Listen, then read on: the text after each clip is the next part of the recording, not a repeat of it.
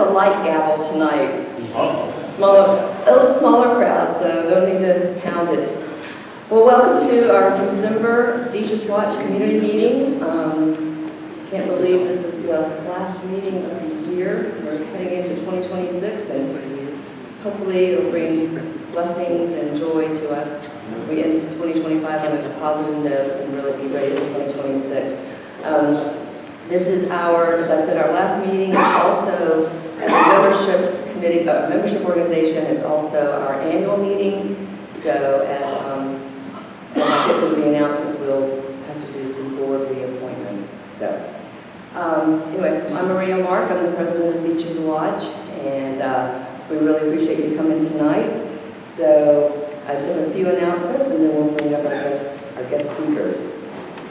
So, as I said, we are a membership committee, a membership organization. We have $5 for students, $15 for individual, and $20 for family. It goes from January through December, and we are videotaping our meetings, so it will be on our YouTube channel on Friday, only because our videographer is out of town until tomorrow, so she'll upload everything on Friday. So we're in our early bird renewal. It's winding down at the end of this month, but if you go ahead and renew now, you'll be entered to win a nice prize. And so you can renew your membership tonight or join tonight if you're not a member, or you can join or make a donation online at our website, beacheswatch.com. Recognition of elected officials. We have one elected official, Candace. Yay, Candace. She's a commissioner for the city of Atlantic Beach. You're welcome. Let's see. City offices for all three beaches will be closed Wednesday, December 24th, and Thursday, December 25th for Christmas. And it will reopen actually on Friday. So, the Jacksonville Beach, they'll be hosting their Citizens Police Academy. They're now accepting deadlines. That deadline is now December 19th. And we have the website address where you can join online. If you have not done the Citizens Academy, it is excellent. Atlantic Beach also has one. It's so cool. It really is. I mean, you're spending evenings with police officers, detectives. You do SWAT things, which is, I mean, I don't mean to say it's cool, but it's pretty cool. I mean, when you get dressed up and all that SWAT stuff, and you're standing there, and you're going, now I can't move. I don't see how these guys can do what they do in this, guys and women, but it really does give you the background and a really in-depth look at what our men and women do to serve and protect us. And the coolest thing I thought, besides going to the gun range and firing weapons, was fingerprinting. So we actually got to do fingerprint, kind of like a crime scene. That was really cool. So I highly encourage you and your neighbors, family members, to please think about joining, signing up for the Police Academy. If you can't do the Jacksonville Beach, we do have one in the city of Atlantic Beach as well. Okay, so as our annual membership meeting, we do need to reappoint 2 of our board members. Before we do that, I will take nominations from the floor. If you are a member and you've been a member for at least 3 months and you would like to submit your name or submit someone else's name who's sitting here, we'll take nominations from the floor. Come on, really? No one wants to nominate themselves or their friends? Okay. So we are looking to reappoint Jackie Smith as our vice president, and her term will expire December 31st, 2027.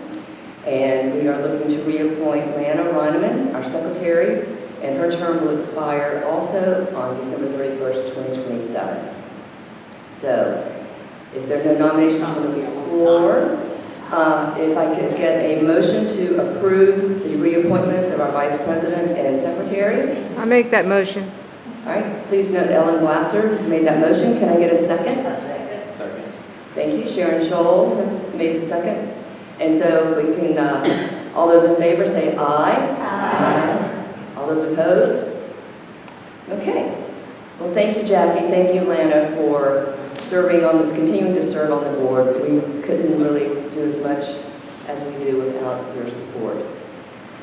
Okay, so our next meeting, which is our State of the Beaches meeting, it's our annual topic that all three mayors from the beaches will be presenting on what has happened last year, what's looking forward to for 2026. So we'll have Curtis Ford, Mayor of Atlantic Beach, Chris Hoffman, Mayor of Jacksonville Beach, and Corey Byland, Mayor of Neptune Beach. And that will be here in the library. So we look forward to that. That's usually a very well-attended meeting, so I would encourage you to come, to get here a little early. Just make sure you get a seat. So, just like to kind of know how you heard about our meeting tonight, Beaches Leader, the digital version. Does anybody read that? No? Facebook?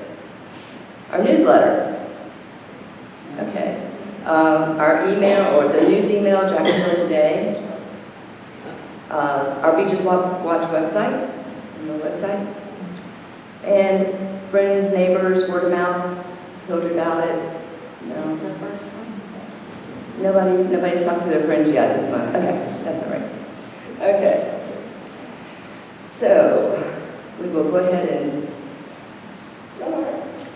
Okay, what are you doing? Am I frozen? Okay.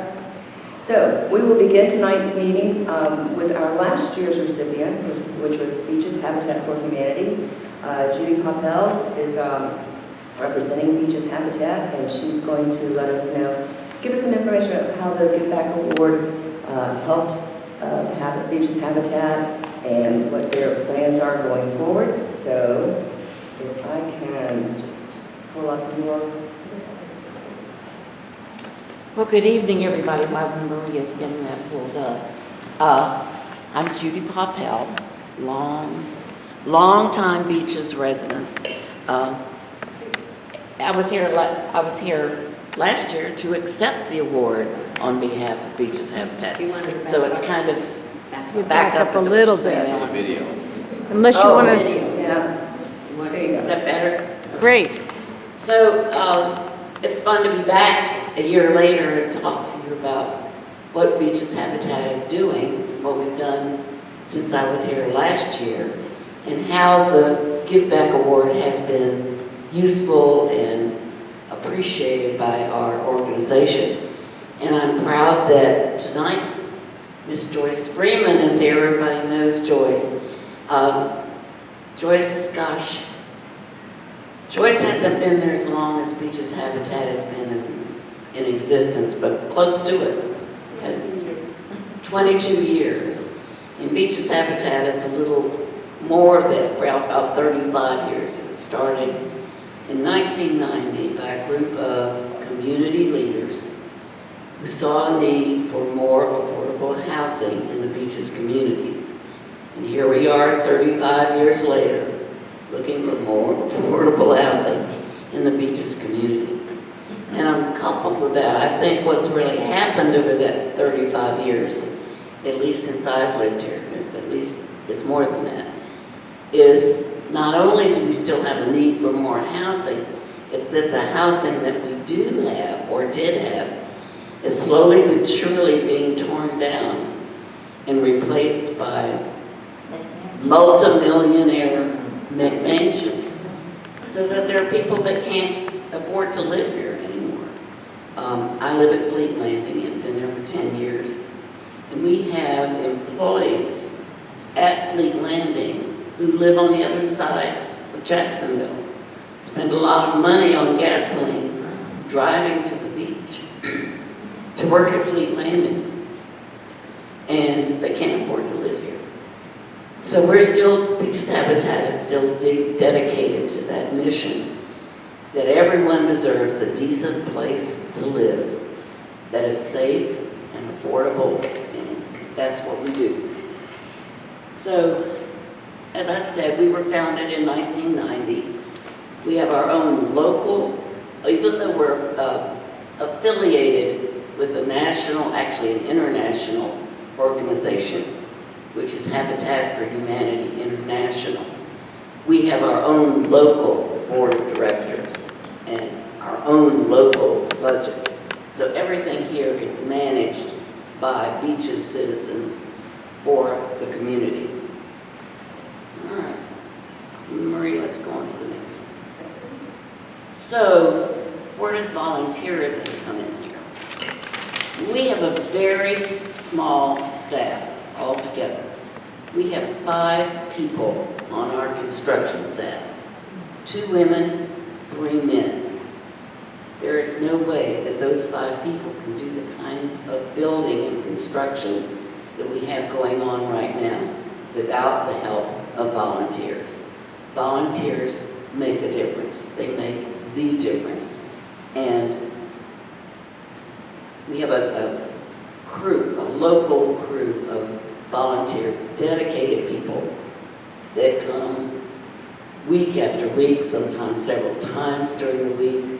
Some retired, some not.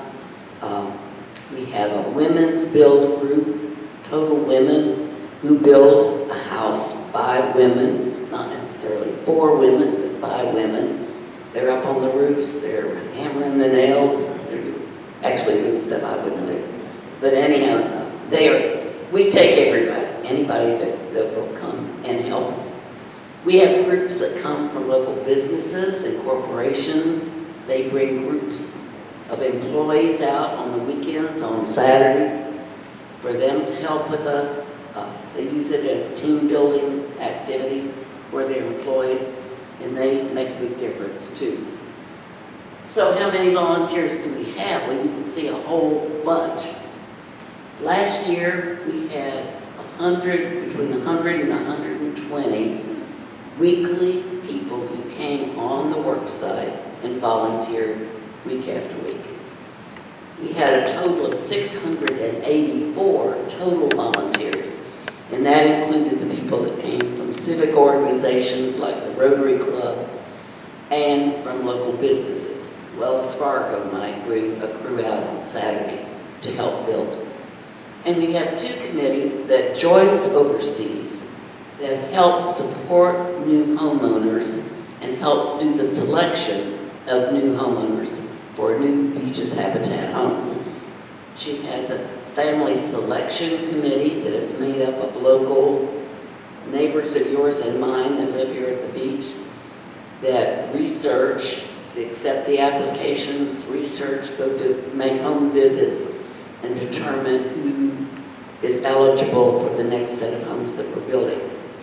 And then she also oversees a family support committee that once these people become brand new homeowners, many for the first time, most for the first time, they help them adjust to what it means to be a homeowner. And many of them don't realize when they get into it. For instance, when I first joined Beaches Habitat 5 years ago, and I was finding the classes that Joyce offers for the new homeowners, one of them involves helping them make a will. Because a lot of these people didn't see the need to have a will. And yet, we all know how important that is, particularly if you own property. And these are now property owners that own a Beaches Habitat home. So that committee is also totally valuable. All right, for you. So how about the Give Back Award? Well, the $500 that came from Beaches Watch for the Give Back Award was used for us to host an event to honor and recognize our volunteers. It was held on a Saturday. It was held in the Fellowship Hall at Atlantic Beach Baptist Church. Is that what's it? On Mayport Road. They've been very generous in letting us use their social hall for lots of things. And we had about 50 people that came, our volunteers that came to that.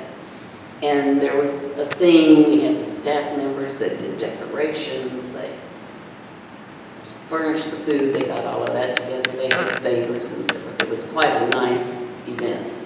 And I think our volunteers know how much we really appreciate them and what they did.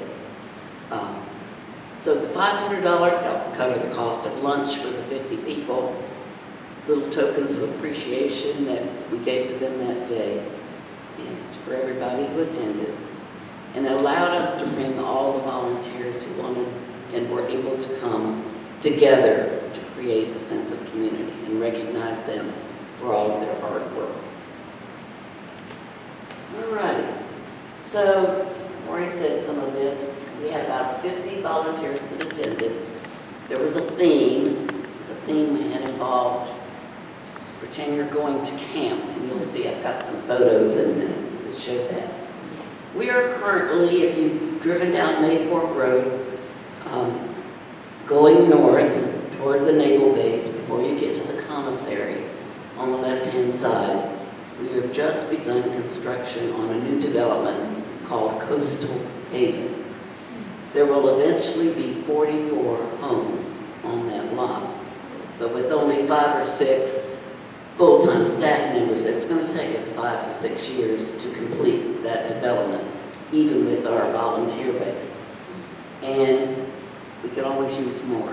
So if you're interested in volunteering, don't hesitate to contact us. We'd love to sign you up.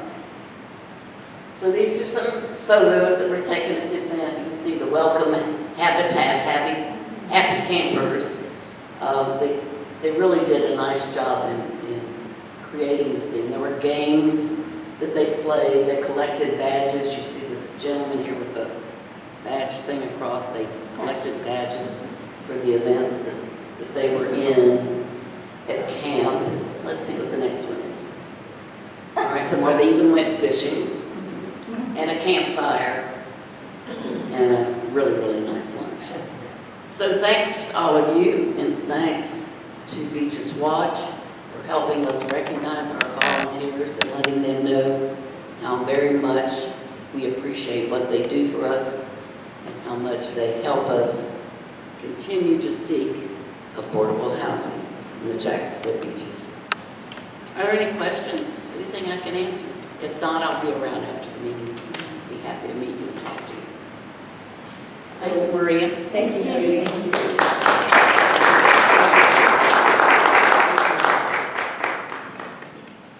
So one thing that Judy could probably talk more to is I recently researched what the hourly rate is now that they assign volunteer hours, the per hourly rate.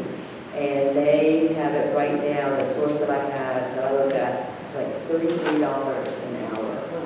Wow. That's what a volunteer, 1 hour of volunteer service would equate in an hourly rate. So if you can imagine, if you had to raise that kind of money, or you had to have a staff of at least 100 to 200 plus volunteers and paying them, let's say not even at that rate, that's an average, you couldn't afford it. You'd be priced out.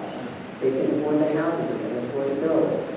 So when Judy talks about the value of volunteers, it cannot be stated enough of without them how much you were able to do.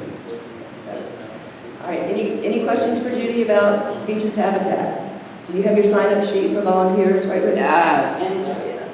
How many total homes does Beaches Habitat have out here in Mayport? How many total homes do you We have? have constructed over 400 homes. We also have a wonderful repair program for critical home repairs for low-income I'm seniors. going to say that in front of all these. Oh, yeah, okay, face them then. Yes, we put that Okay. on video. We have a critical home repair program for low-income senior citizens whose homes have fallen in disrepair. They just don't have the money to make the repairs because they're too busy keeping up with other expenses. And we all know how that goes. So through grants again and other funding, we're able to go in and help them make repairs to their homes. The number one thing we get called about is roofs, because roofs are so expensive to repair, and if you don't have a roof that's in good condition, you can't get homeowners insurance. So it's kind of a double whammy. And so roofs are really one of the things that we call on a lot. Plumbing, HVAC systems, heating and air conditioning. You'd be surprised when we go into homes where they've strung electric wires around because some of the electrical outlets don't work and actually create fire hazards and so forth. That program is also available to veterans, to help veterans adjust. Most of the veterans that we're helping nowadays are Vietnam era veterans. So it's kind of interesting to follow along and see where they all come from. Joyce takes applications, so she has a better feel for this than I do. Is there anything special about the people we've been helping, either the seniors or the veterans? It was in great need. It was a great need. We just have great need for it. And we try and get the word out as best we can to make people aware that this is available. And that program's open to anybody here at the beach? Anybody here in the Beaches area, any of the Beaches communities. Our service area, I might as well mention that.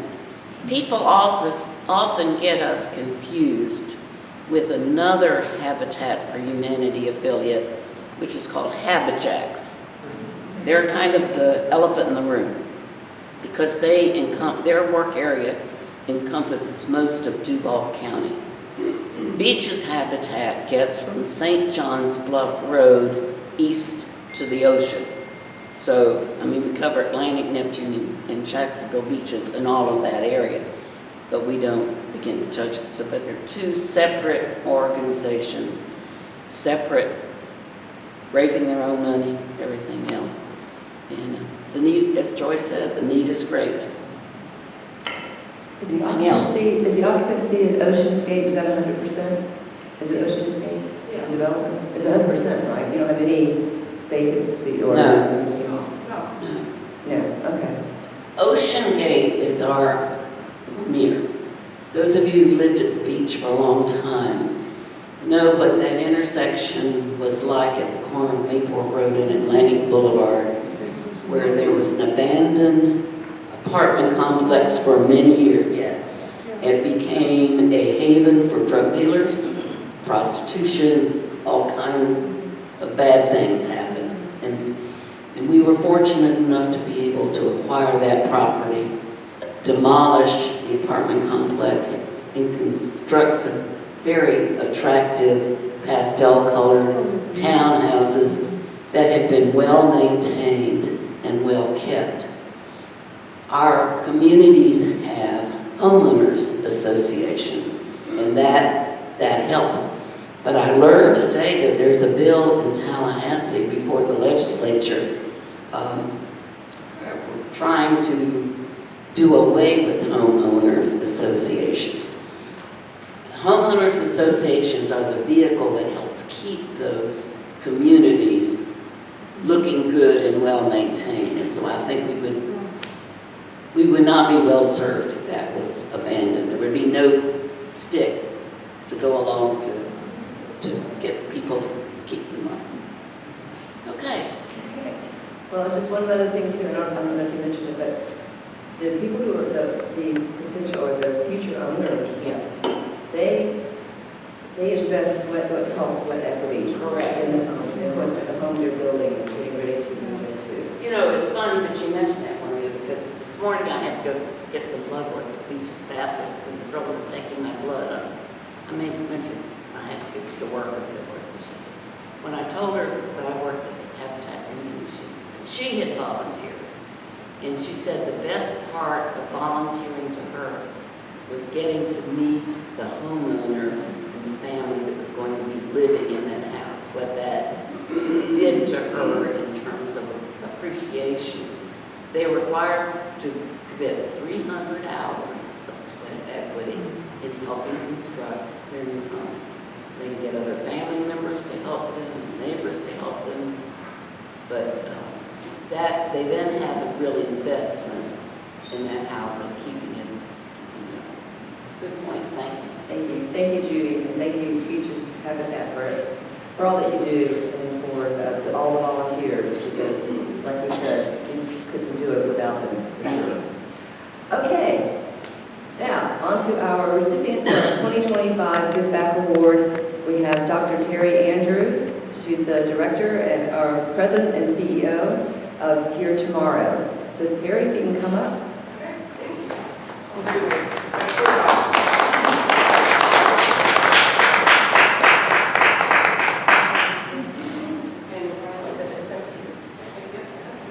This is on?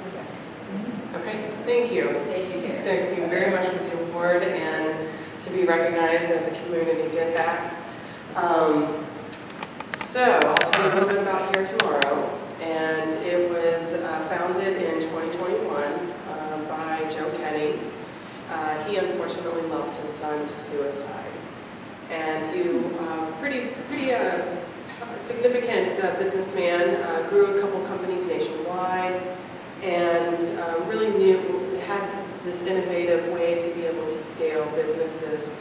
But unfortunately, his son, Gary, struggled with actually catatonia, depression. And Joe just couldn't really figure out how to help him. So he even sought help himself. But Gary said, Gary moved back in with Joe for a little bit, and then a couple days before his 29th birthday, Gary went to Joe, because he was living with him at the time, and said, you know, you were my only friend, Dad. I'm going to move back out to the apartment. And a few days later, right before his 30th birthday, he took his life. Or a few days actually afterwards. And so at the funeral, Joe said, I'm going to build something that no parent ever has to face this type of pain again. And that's where he formed Here Tomorrow. And so what Here Tomorrow is, it's completely non-clinical. And that's the game changer, guys. That's what's really making this work.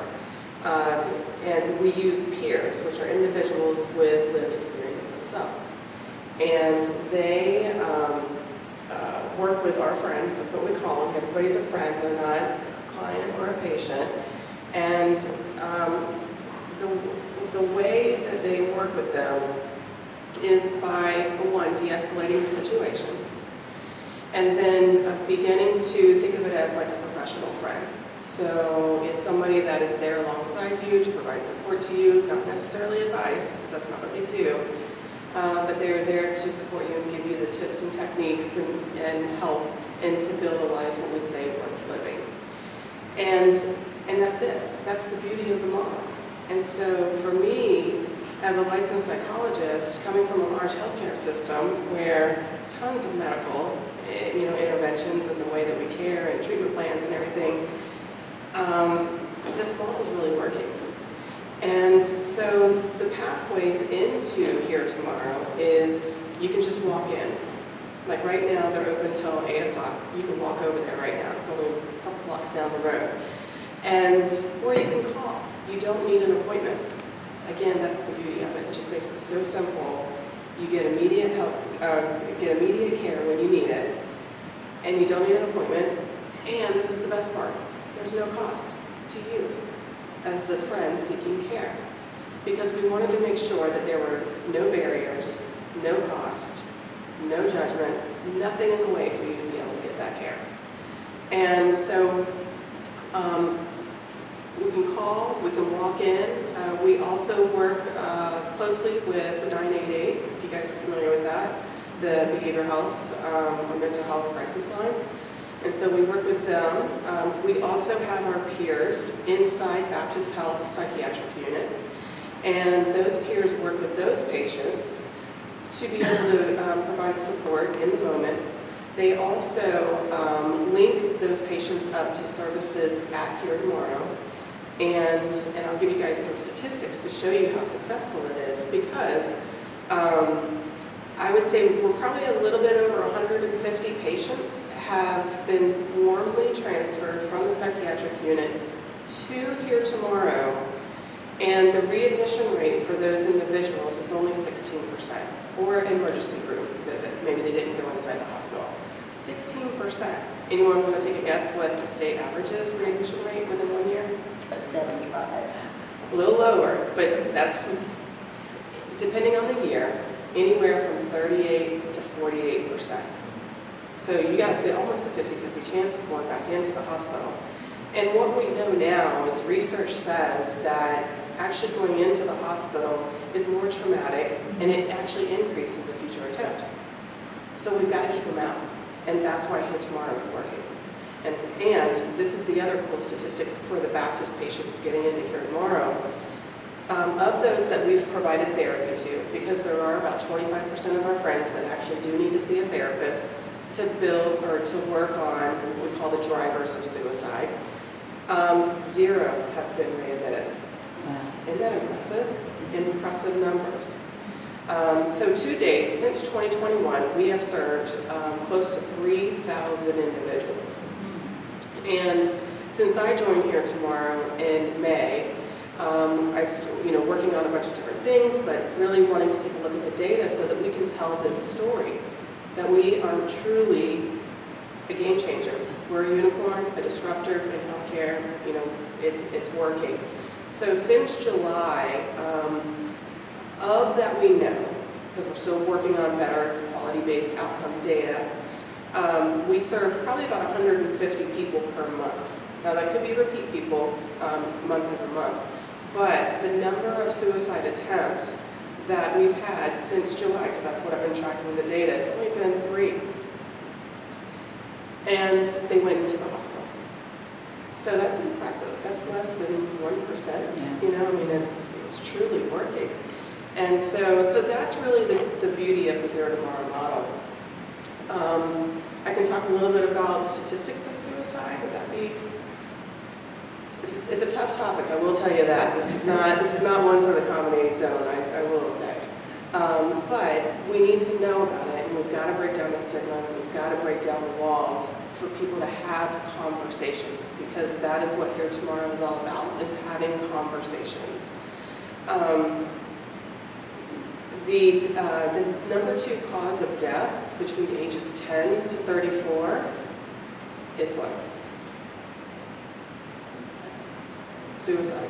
Yeah, so it's the number 2 cause. What's the number 1? Accidents. Right? And some of those could be questionable death by suicide. And so we've got to be able to work with our youth. And so we are growing our youth program so that we can try and target these young people, because they do make impulsive acts, because their frontal lobes are not developed quite yet. And they often feel that whatever has happened to them is the end of the world. And so us using peers, which are individuals that are the ages of 30 or younger, that have had their behavioral health or their mental health issue during their teenage years, work exclusively with our teens and our youth. So that makes the difference too, right? Because the teen's not going to want to really talk to me, but they'll talk to somebody that looks like them and has the training and the skill set to be able to help them. We also work with military veterans and first responders, and those individuals, or those peers that work with that population, are former military or first responder. So they can walk the walk, they can talk the talk. I had to learn quite a bit of lingo to be able to work with them. But we know that a veteran dies by suicide every 11 minutes, if you've heard that stat before. What's the number? 11 minutes.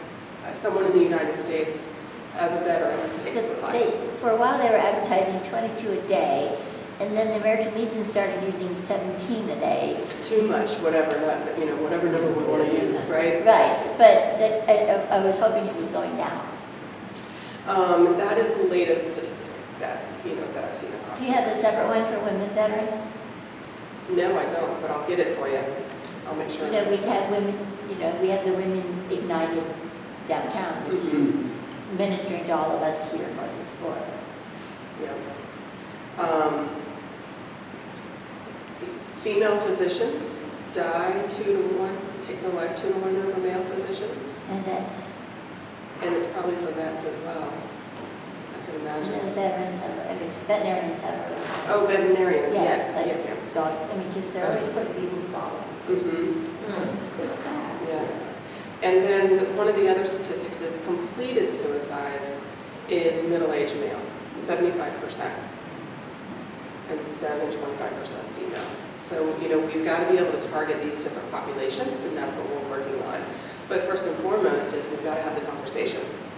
And so, before I stepped into this, I had different language that I used on just how to even talk about suicide. And because it is an uncomfortable subject. And there's often a ripple effect if it's affected you. It's definitely, it will affect many. I think it's up to like 114 or 15 people that is affected in the ripple effect. And so, what are we looking for? So changing the language from risk and protective factors to what we call precursors of suicide. Meaning, do they feel like they're a burden on others? Do they feel isolated and alone? Do they feel like no one gets them? Did they have a significant stressor in their life? They're getting a divorce, they're about to lose their job, they're about to lose their mortgage, maybe they're about to lose their house because they couldn't get the roof done because there's no money. And so we start looking at this differently. And that's what I've really been doing a lot of education on, is instead of risk and protective factors, which are pretty set and they're not really changing, you either came from a great household or you didn't, but these things that impact the decision, that's the only decision that makes sense for them, is really starting for you all to start paying attention to what is happening with those around you in your life. Has there been somebody that's been pretty distant? Maybe you need to reach out to them. Is there somebody going through a hard time? How can maybe you and a few others help them and provide support so that they don't feel so alone? Do they have access to lethal means? Is there a way that we can get them to lock that up? Or maybe get a family member to hold it for the evening or for a while? Because again, we're trying to keep them out of the hospital, right? Because before I would have said, oh, we've got to get them immediately into the hospital and admitted and treated. And so now looking at this differently and keeping them out. How much self-hate do they have? Do they feel that their hopelessness, that they don't have a lot going on? And so these are the things. Then you would say, hey, I brought my toy box of stuff. And so then that's when we would say, here, you need to call here tomorrow. Or maybe you do, if there is an imminent threat, you do need to get them to the emergency room, right? I'll show you what this is. So these are what we call tear cards. And these tear cards are information about us. And what I want you to do is take one or a few, and you can tear off the bottom portion, put it in your wallet or your pocketbook, because you're going to come across somebody within the next probably 2 weeks, someone that they know is struggling with some significant stress that's going on in their life. Bill's got a few.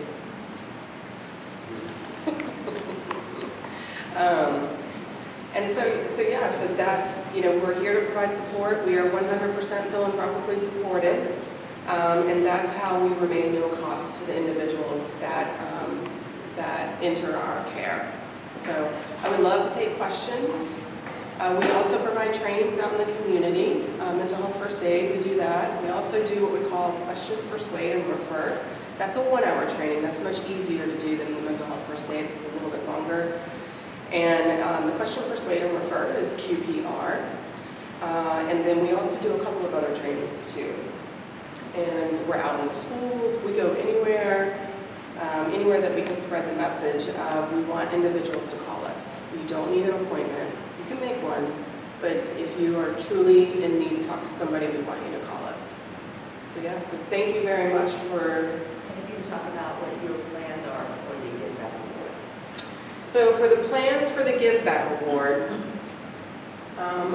we would use that for, I would say, probably our funded therapy, because we know it's pretty successful.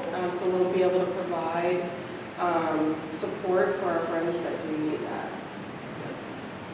So if you have a family member that you're concerned about, can you go into here tomorrow? Yes, thank you for asking that. Yes. We welcome family members because we often we want to help people like Joe, the founder. to be able to access us and understand how to get the individual in to see us too. I'm sure you track where people come from, because I don't know of another organization like yours in this area. What, is it, there a particular section of Duval County that, from which you get most of your clients? The service area. Sure. So our catchment area is mainly the beaches. By far, that's the heaviest zip code on the heat map. So from Ponte Vedra all the way up to Mayport, those are by far, so the dollars will definitely go to good use to be able to help the individuals out here. But we take calls about, it's interesting because when we look at the youth, about 75% of the youth are appointment-based in person. So parents need to come to us. We're also setting up a parent support group, so that's in the future too. And so but it's opposite for the adults. About 75% of the adults are actually on the phone, and only about 25% are in person. So it's interesting to see the different demographics. Yes. How do you address clients with severe addiction issues? I mean, do you recommend like parallel type Yes. programs like Yes. AA or Mhm. Celebrate Recovery? Yes, and if they, depending on what type of insurance they have, we partner with like Sophros Recovery out here.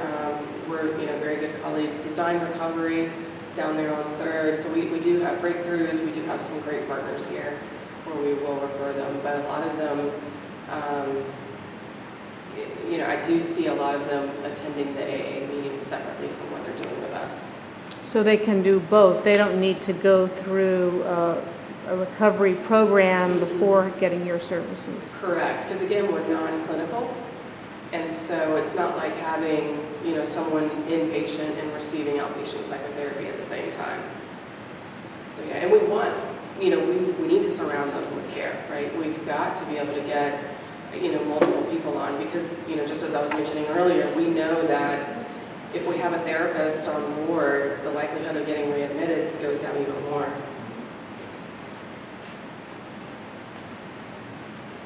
Any other questions? So, Oh, Terry, did you have one? yeah. So is there a family program where there is going to be like family members gathering or supporting? So say I have somebody in my family that feels hopeless. Is there something that is done for me as a family member? Or can I connect with a peer to? Absolutely, yeah. Yeah, so we welcome family to come and visit with us. We do have family members that seek support from our peers and that they'll follow them for quite a while, up to the year. Years worth, I didn't mention that, a year's worth of service. And one of the things that I'm kicking off next month is a parent support group for our youth. And so does anybody have any youth that they take care of? Any grandkids? He's Well, 5. If you want to, Terry, you just want to leave some of that on the table and Yeah. then they can just pick it up on their way out. Because, Yeah. you can always have it on you because you never know Yeah. when you're going to meet someone that might need their help. Yes. Do you have concerns or an approach for suicide can be contagious? Like when you have youth that do it and you bring together kids that might contemplate suicide and putting them in groups, or do you have concerns about whether they would, influence others to do the wrong thing? Yeah. No, they're always supervised. And, if you hear of some of the, because I think maybe the question is you hear of statistics like in schools, there's, like pockets, like if there's one attempt, there's another, there's Right, multiple right. attempts. And so it's one of the things of that is then we deliver the care differently, meaning that, they're never alone. We have a boys group and we have a girls group that we do rotating every other Thursday. And so, but in providing support actually for treatment of suicidal ideations, the likelihood of those kind of hybrid or those hive-style attempts actually reduce. And so long as we make sure that our peers are trained to be able to, look for the signs and symptoms and help de-escalate the situation. But I'll tell you, then the likelihood goes down. I will say the youth that come through the program in their home schools are often bullied. They're isolated, they don't have many friends, and they feel alone. When they come to us and they start attending the peer support groups, them becoming friends and creating this social connection, because that's what we all need, is we need to create a sense of community, and we've got to create a sense of connection, and so, that social connection. And that's what we help build. And so, at Jarboe Park, we had our first ever ECHO session, which was kind of like a mental health fair, if you will, of nonprofits. And what was interesting to see is that all of the teens showed up at one time, so you can tell it was coordinated, right? Yep. And they all scurried and were, hanging out with one another, but this is the cool part. Their parents came too. That doesn't happen. And the parents were hanging out together. And it just shows the difference of how we create that sense of community and connection.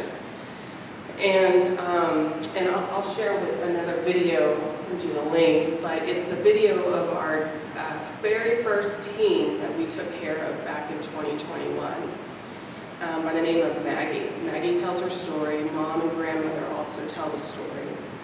But Maggie makes a comment, and it's quite cute in the video, but she says, now, something paraphrasing, now I'm feeling better, and actually the relationship that I have with my mom is the strongest it's ever been. And she was like, no offense, Mom. But it just, and I hear that from a couple of parents now, about how the relationships are so much stronger after the children have gone through this program. So there's something to be said about using peers, and it's pretty impressive what they're doing, so thank you. I don't know if you look at the youth risk behavior surveys that are Yes. done, and I mean, the percentage of youth who have suicide ideation is extremely high. So you're Yes. saying that with this approach, you actually are breaking up that cycle, those bubbles. Yep. So that's really encouraging. Yeah. Thank you. Yeah, and the last YBRS was completed, I think, in right before the pandemic, and then that was through Duval County, and so we really got some nice data from that, but they're no longer doing that survey anymore. I know, so we don't get the data here, but I don't. It's been a minute since I've looked at it, but it was probably, I think it was like it was something like 30% maybe. Don't quote me on that. Or maybe, and depending on it, how they identified as far as gender or identity, then the percentage went up even more. I think it's higher. It was higher at the beaches too, which is you would think it would not be true, but anyway, I'm sad that they're not doing that anymore. Yeah, because that was really great data for us to get. Yes. How do you get word out that your institution exists? I mean, we are here, we have these little cards, but if I were not in possession of this and I were in a difficult situation and wouldn't know where to go to, right? How does word get out? That's a good question. We need great marketing and a PR firm and great search engine optimization to be able to search for us on Google. But us doing events like this, being grateful for the gracious gift of Beaches Watch, and anytime we can get out and communicate and talk and provide this information and support, the better. And we are working with a stronger PR firm to be able to help us, get on like Channel 4 News and get, in front of different news stations. And so just this past Sunday, I was on the Fox News channel, the 24/7 channel. And so that was amazing. The reason why is because Trevor Lawrence, our quarterback, wore our logo, our nonprofit, for My Cause, My Cleats. And so, and getting, persons like that to be able to support us, because now the phone, we did see a significant increase in calls and text messages, actually from all over the United States after that. And so, it was people, Terry, what'd you do? I was just on the national news. It was so cool. But, better social media, how do we market to people? So it's really us running more. And we're only 4 years old. So we're pretty new too. But I would think through the connection with 988, is a lot of calls come in that way, or? Yes. Know what 988 is, yeah. Yeah, and so we do get quite a few from there. But please spread the word. Let us, happy to come talk to any organizations you're a part of too. And Terry, I'm presuming you have information in your school, in the schools, like in the offices and stuff, so kids can see that your organization is here and here to help if they need help. Yes, and so the private schools have been very amazing for us to be in there and be a part of like any like student activities day, so that we can talk about, for them to be able to access help, because they can, the teens can call us, and we can provide support immediately for them. And then we try and connect a lot with the counselors in the schools, and and then be a part of like Duval County's mental health, annual conference. But the thing is not all the kids go to those, right? So we're figuring out different ways that. Yeah, you gotta meet them where they are. Exactly. And figure out where they are. Mm-hmm. Yeah. Well, we're extremely Yes, thank you. happy to help your organization. The work you do is, priceless, as is it. So, any other questions? Yes. Go ahead, Karen. So a lot of your counseling is done, handled through peer-to-peer counseling. So without professional obligations, how do you police and ensure client privacy? So we do abide by HIPAA. We do have an electronic record that is what I call a closed network, meaning that no hospital can see what we do.